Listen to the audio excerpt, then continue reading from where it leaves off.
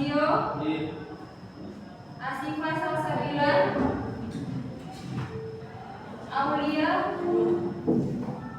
Bangkit, Davin Amelia, Dista Sari, Zikra, Kami Jihan, Fajar Falim Naim, Diaza, Iza Latifatu, Mazaya, Kinara, Naila Burma, Salihul Alif, Nata Lutita, Rizky Saputra, Rizky Setiawan, Sirli Anggraini, Siva, sudah ya? Siva Nuraini, ada. Berangkat, yang nggak berangkat satu? Ya. Oke, gimana kabarnya? Alhamdulillah sehat. Selamat pagi. Baik, Bu. Oke, sebelum kita mulai belajar kemarin udah Ibu kasih tahu hari ini kita mau belajar apa? Surat. Udah tahu belum surat kemarin ada berapa?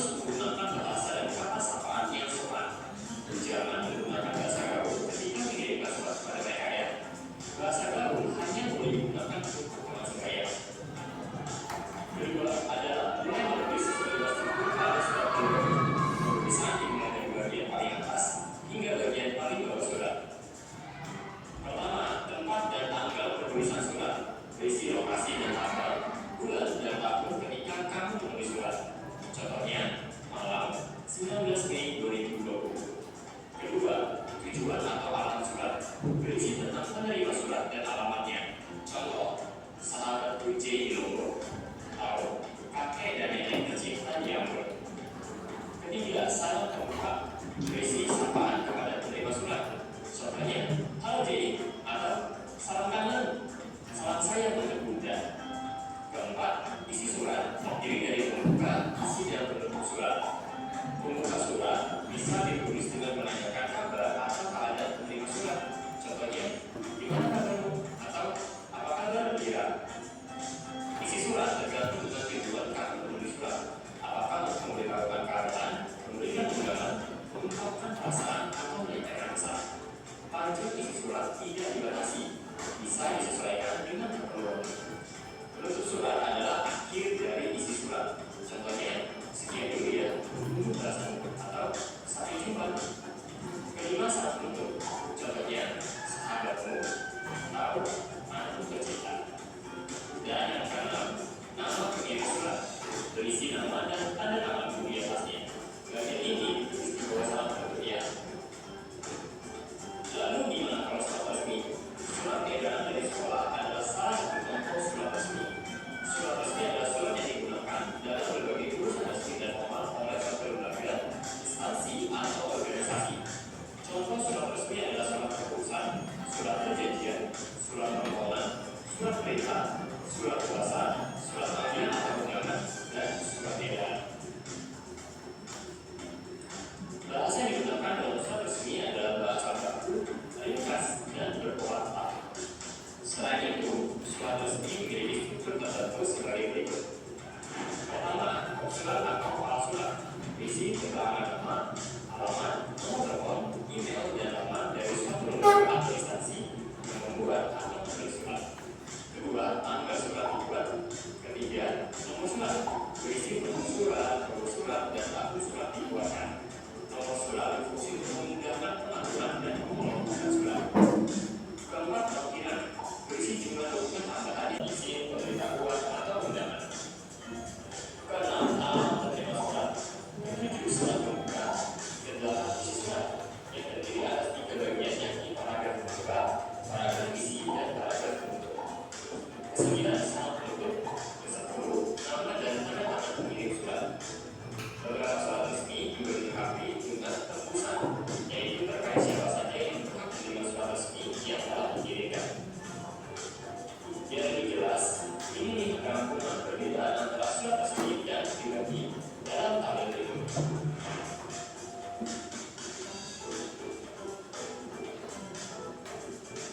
Yuk langsung dicoba tulis suratnya. Share dengan teman-temanmu yang akan menulis surat ke siapa nih? Tulis di kolom komentar atau foto sekalian surat kreatif. Terakhir, kalau teman kecil pelatihan soal bahasa Indonesia, topik surat dinas dan surat pribadi, kunjungi website Fitjar.id dan klik coba kuis atau daftarkan diri untuk pelatihan yang lebih lengkap lagi. Fitjar Cita, menjadi ibu, raih cita. Oke. Kalau sudah berarti ibu mau tanya nih, kira-kira ada yang bisa jawab nggak?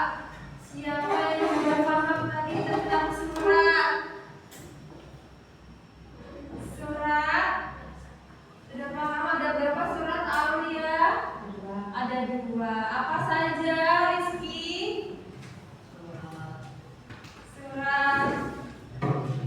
Surat pribadi dan juga surat dinas. Iya, surat pribadi dan juga surat dinas. Kalau surat pribadi itu biasanya untuk siapa? Untuk orang tua, teman sebaya, kemudian sahabat, terus apa lagi? Kamu biasanya Bangkit biasanya kalau ngirim surat untuk siapa Bangkit? Untuk orang tua. Rizky biasanya ngirim surat untuk siapa? Untuk teman. Salsabila biasanya ngirim surat untuk siapa? Untuk sahabat. Kalau surat dinas biasanya untuk siapa? Dari siapa untuk siapa? Surat dinas dari instansi atau lembaga untuk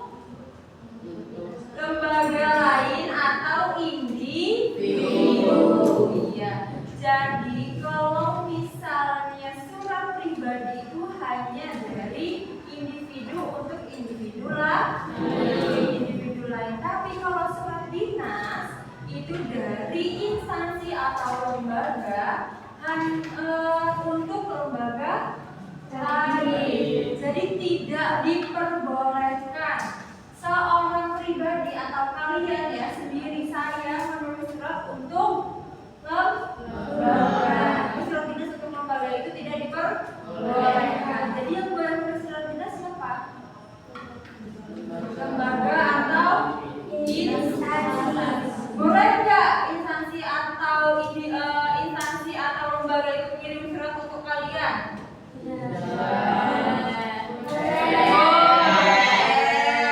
Boleh nggak Sat? Boleh ya. Jadi kalau misalkan nih sekolahan mau ngundang orang tua kalian untuk perpisahan, boleh nggak? Orang tua kalian ngundang sekolah untuk perpisahan, boleh nggak? Tidak ya. Paham? Oke, sekarang ibu mau kalian berdiskusi. Ibu mau membuat kalian menjadi beberapa kelompok. Kelompok 1, kelompok 2, kelompok 3, kelompok 4, kelompok 5, kelompok 6. Ya, baris-baris. Tolong berikan ibu yang pertama. Sebutkan 3 surat pribadi dan surat dinas. Kemudian sebutkan perbedaannya. Ya.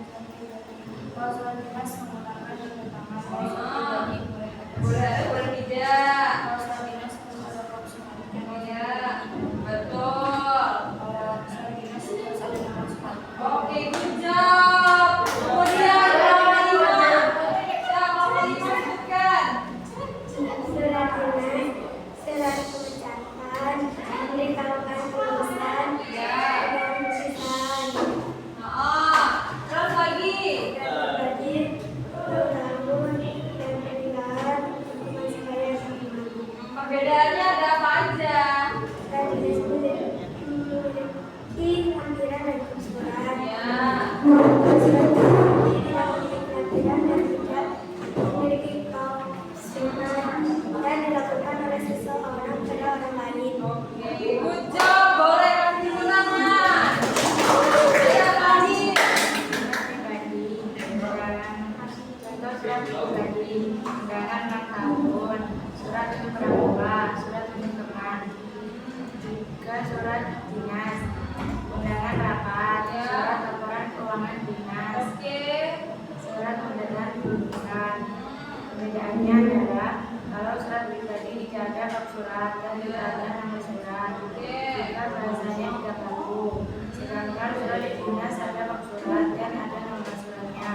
Bahasanya pun baku dan ditambahi dengan tanda tangan penulis surat. Oke, good job. Beri tepuk tangan untuk kalian semua. Sampai sini pembelajaran kita hari ini. Apakah sudah bisa diterima? Bisa. Sudah paham semua? Sudah. Apakah suka kalau kita menonton? Oke. Untuk besok silakan disiapkan materinya, yaitu belajar menulis surat pribadi dan surat dinas.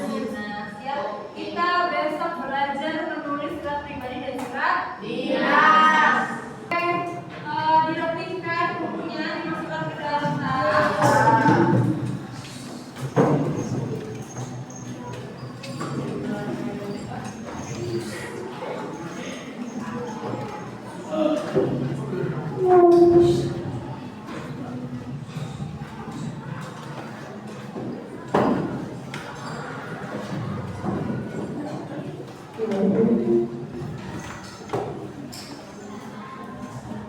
Sudah? Baik, kalau sudah, silakan ketua kelas untuk memimpin ke kelas.